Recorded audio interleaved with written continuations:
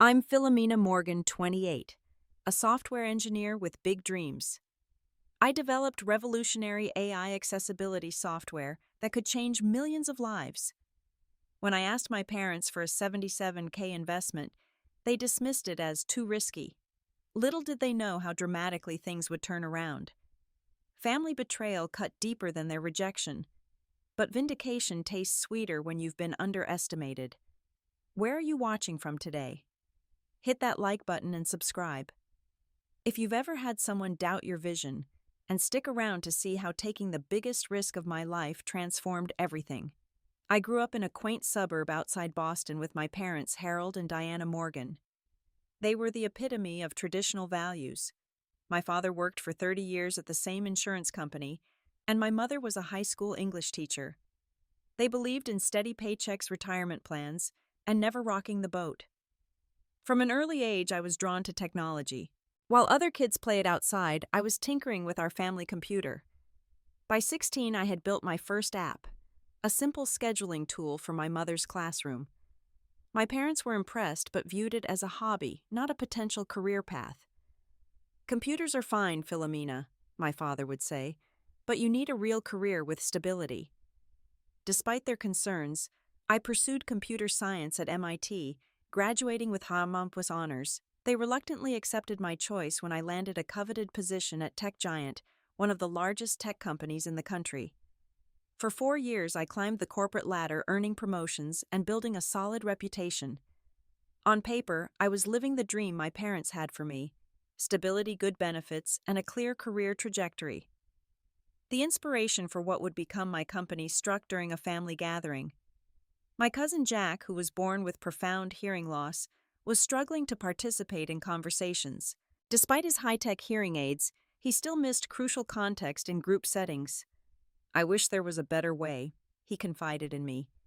"Sometimes I feel like I'm always a beat behind everyone else."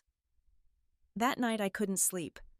My mind raced with ideas for an AI-powered application that could not only transcribe speech in real time, but also identify speakers, note emotional cues, and provide contextual information. By morning, I had sketched out the basic framework for what would become Aidable. Initial market research confirmed what I suspected. There was an enormous gap in accessibility technology. While basic tools existed, nothing offered the comprehensive support I envisioned. The potential user base was massive, not just the deaf and hard of hearing community, but anyone navigating language barriers or processing differences. For months, I worked nights and weekends building a basic prototype while maintaining my day job. The more I developed the concept, the more convinced I became of its potential. This wasn't just a business opportunity, it was a chance to create meaningful change in the world. Eventually, I reached a crossroads. To truly bring Aidable to life, I needed to commit full-time. With a deep breath and a leap of faith, I submitted my resignation to Tech Giant. My boss was shocked, offering an immediate promotion and raise to keep me. "I appreciate the offer," I told him, "but this is something I need to pursue."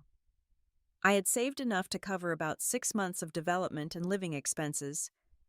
Progress was steady but slower than expected.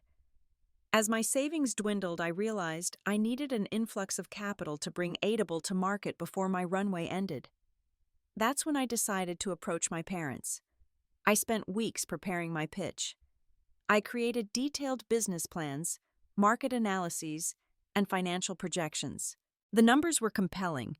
With an investment of $77,000, I could finalize the product and bring it to market. Conservative projections showed potential returns of 5 to 10 times that amount within 3 years. My best friend Taylor, a marketing executive, helped me refine my presentation and practice tough questions with me. "Your parents will be harder to convince than any venture capitalist," Taylor warned. "They care about you, not just the bottom line." I chose a Sunday family dinner for my pitch. My mother had prepared her famous pot roast, and the familiar setting felt comfortable and auspicious. My younger brother Zachary was there too, along with my Aunt Patricia, who was visiting from Chicago.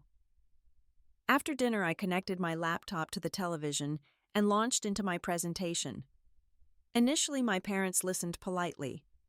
My father asked some pertinent questions about the market size and competition. For a moment, I felt hopeful. Then came the rejection. Philomena, honey, this sounds like a nice project, but it's simply too risky. My mother said, her voice gentle but firm. My father was more direct. Do you know how many tech startups fail in their first year? Nearly 90%. You had a perfectly good job at tech giant with benefits and security. This is just chasing rainbows. But Dad, did you see the market analysis, the user testimonials from the prototype? This isn't some pipe dream, I argued. Aunt Patricia shook her head. It sounds like another tech bubble to me. Remember when your cousin Brandon tried to start that web design business? Now he's selling insurance, thank goodness. The conversation devolved from there. My father launched into a lecture about real jobs and the importance of stability. My mother expressed concern that I was throwing my life away. Throughout it all, my brother Zachary remained conspicuously silent, studying his dessert plate. By the time I packed up my presentation materials, the rejection was unequivocal. Not only would they not invest, but they made it clear they thought I was making a terrible mistake. "We love you, Philomena," my mother said at the door. "But sometimes love means telling hard truths. This just isn't practical." The drive home was a blur of tears. I had been so certain they would see what I saw, not just a business opportunity, but a chance to make a real difference in people's lives. Their dismissal cut deep, making me question everything. Late that night, Taylor came over with ice cream and unwavering support. "So your parents don't get it. So what Steve Jobs' parents didn't get it either. Neither did Oprah's. You know what you've built is special. Don't let anyone tell you otherwise, even if they're family." I fell asleep that night with Taylor's words echoing in my mind. The rejection hurt, but something inside me refused to give up. The morning after my parents' rejection, I woke up with puffy eyes but renewed determination. If my own family couldn't see the potential in Aidable, I would find someone who could. I started reaching out to angel investors, crafting personalized pitches based on their investment histories. The responses were polite but non-committal. Interesting concept, but too early stage. Great idea, but we're focusing on different sectors right now. Come back when you have more traction. With my savings rapidly depleting, I took on a part-time consulting job to keep the lights on. Evenings and weekends were dedicated to refining the Aidable prototype. Sleep became a luxury I couldn't afford. "You look terrible," Taylor observed bluntly over coffee one morning. "When was the last time you took a day off?" "I can rest when I'm funded." I replied, already scanning emails for potential investor responses. Recognizing I needed to expand my network, I joined local entrepreneurship groups and started attending startup events. At a pitch practice session, I met Samuel Wright, a retired tech executive who had successfully founded and sold 2 companies. Samuel watched my practice pitch with intense focus. When I finished, he asked questions nobody else had thought to ask, not about the market size or revenue projections, but about the core technology and the problem I was trying to solve. "You've got something special here," he said afterward. "Not just a product, but a mission. That's rare." Samuel became an invaluable mentor, helping me refine both my pitch and my product strategy. He connected me with resources I never would have found on my own and pushed me to apply for competitive startup accelerator programs.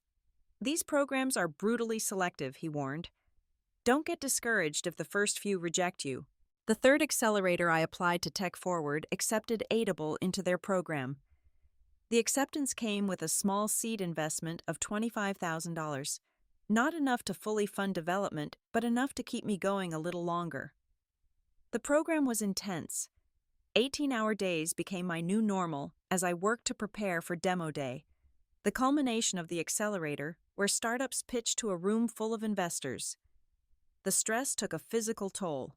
I lost weight, developed insomnia, and caught every cold that circulated through the open plan workspace. 2 weeks before Demo Day, disaster struck. My laptop crashed, taking with it several hours of unsaved work on a critical feature. I called Taylor in tears. "I can't do this anymore.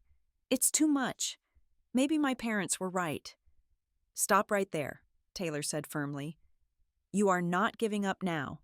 Take a shower, get some sleep, and tackle it fresh tomorrow. The work can be redone. That night I came closer to quitting than ever before. But the next morning I dragged myself back to my desk and started rebuilding the lost work. Somehow the second version came together even better than the first. By the end of the accelerator program, I had a working prototype that actually delivered on the promise of real-time contextual speech assistance. It wasn't perfect, but it worked, and the early user testing results were encouraging. For the first time in months, I allowed myself to feel a glimmer of hope. With demo day approaching, I was laser-focused on perfecting my pitch and product demonstration. The accelerator program was coming to an end, and everything hinged on making a strong impression on potential investors. Amid the chaos, my mother called to invite me to a family dinner. We've barely seen you in months, Philomena. Surely you can spare one evening. The dinner was strained but civil. My parents carefully avoided asking direct questions about Aidable, instead making vague inquiries about how things were going. I shared limited updates, not wanting to reopen the wound of their rejection.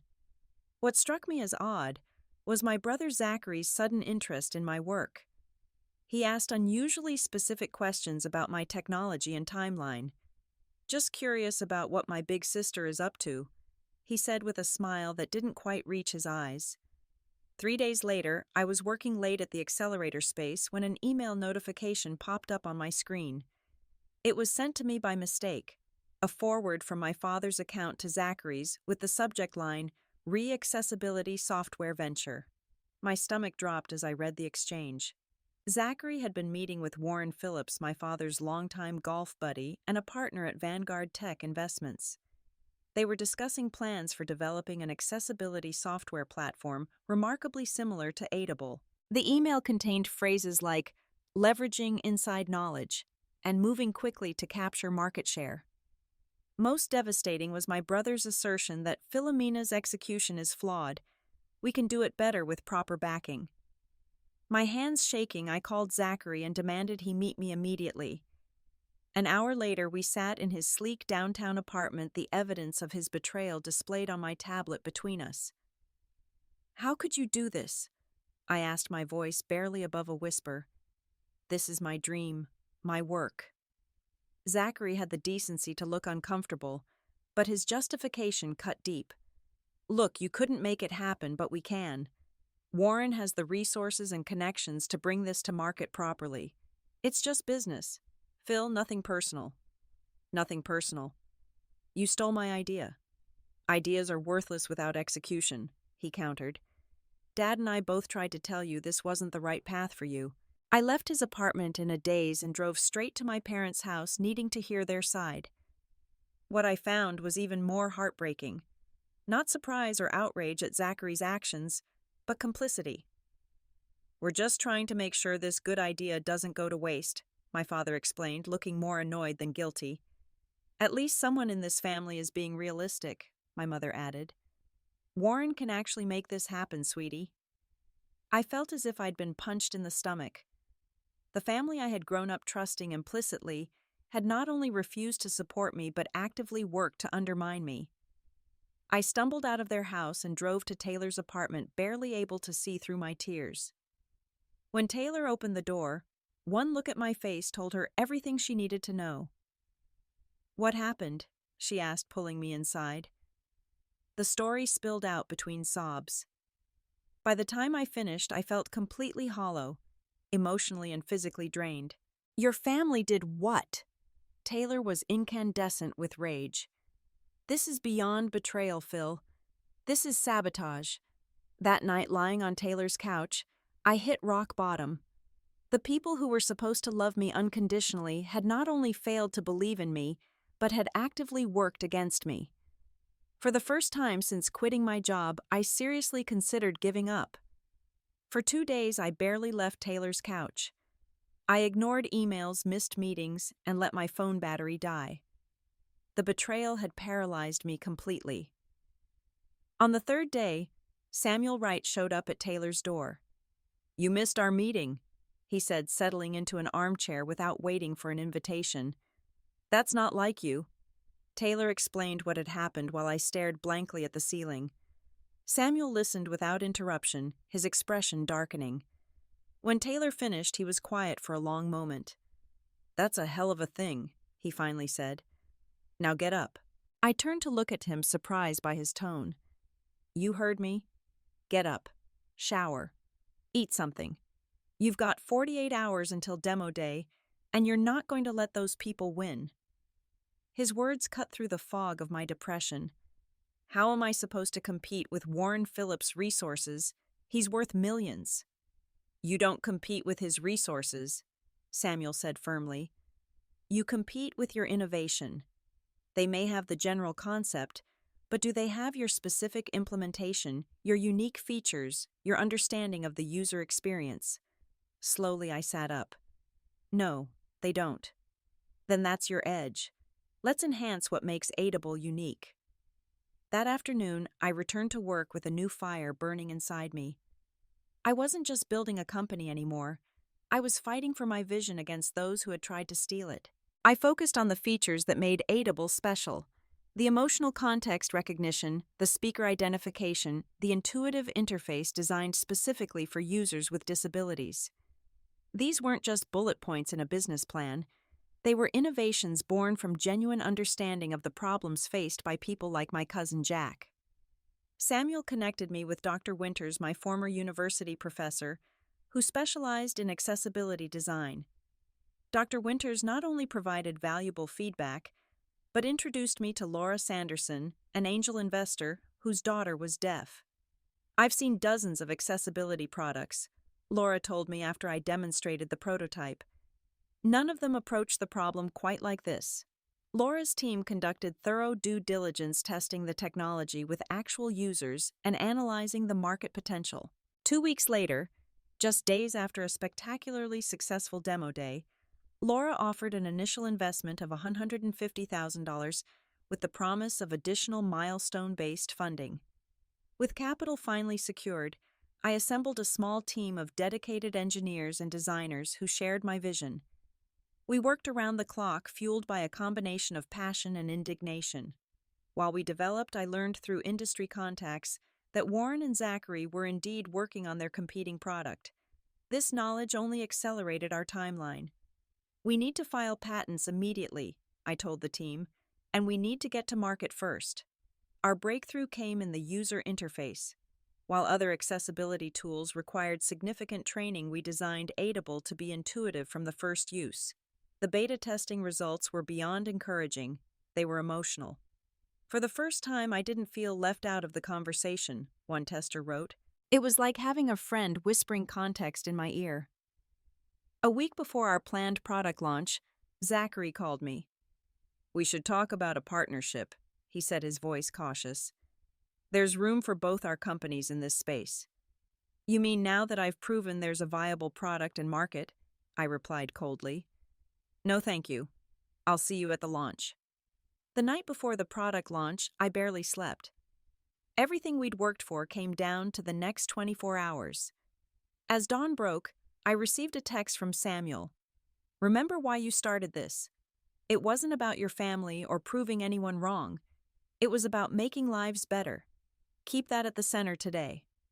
With those words in mind, I put on my carefully selected outfit, grabbed my presentation materials, and headed to the tech conference where we would introduce Aidable to the world.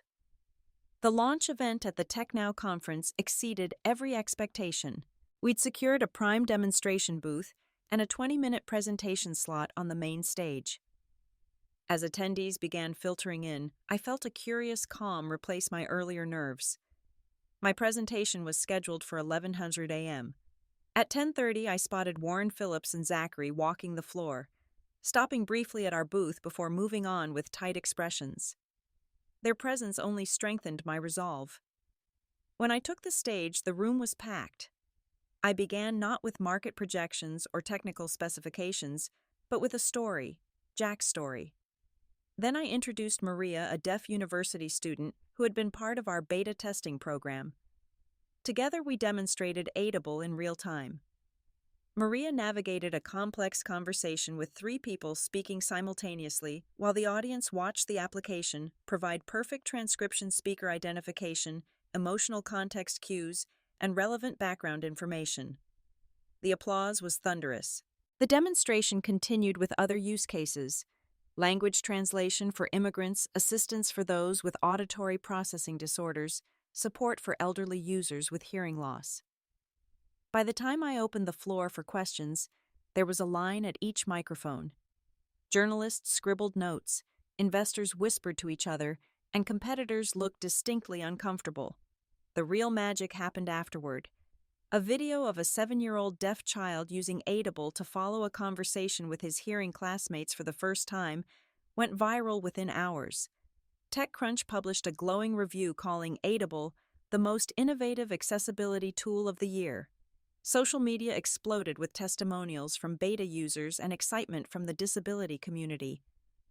Back at our booth, we were swamped with visitors, users eager to try the product, investors looking to get involved, and even representatives from major tech companies exploring partnership opportunities. Among them was Laura Sanderson, beaming with pride.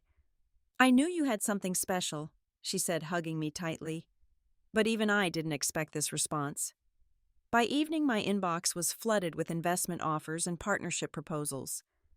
3 major tech companies had already reached out about potential acquisition.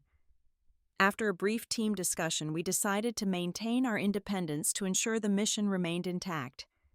Within a month, we closed a Series A funding round of $5 million, massively oversubscribed, allowing us to be selective about our investors. The company valuation reached $30 million, and Forbes included me in their 30 under 30 list, featuring Audible as a breakthrough technology. Through industry contacts, I learned that Warren had pulled funding from Zachary's copycat product after our spectacular launch. Market already captured by superior technology was reportedly the reason cited. The most surreal moment came when my parents called their voices unnaturally bright. "We're so proud of you, sweetheart," my mother gushed. "We always knew you could do it." My father chimed in, "We should celebrate as a family. Come over for dinner this weekend." I kept my response dignified but distant. "I'm afraid I'm completely booked for the next few weeks. The company is growing rapidly, and my team needs me."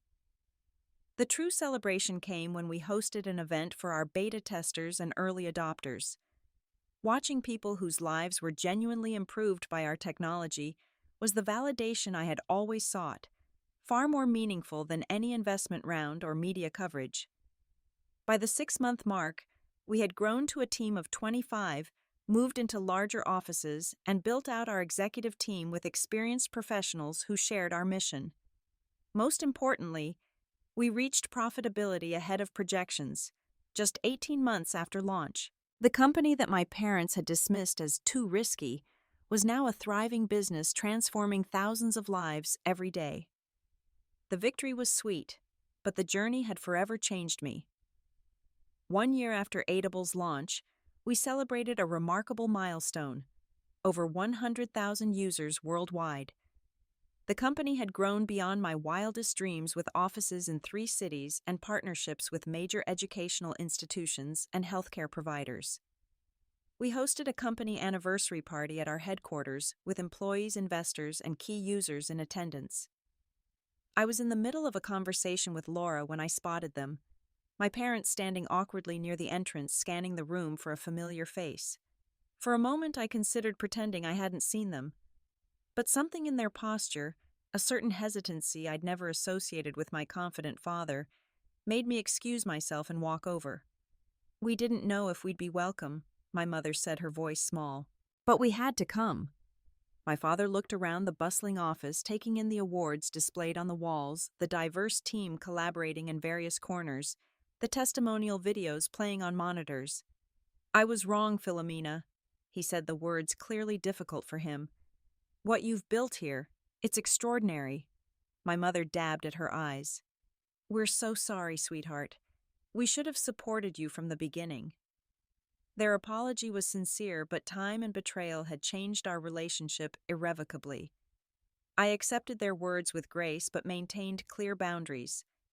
professional respect had replaced the unconditional trust that once existed between us.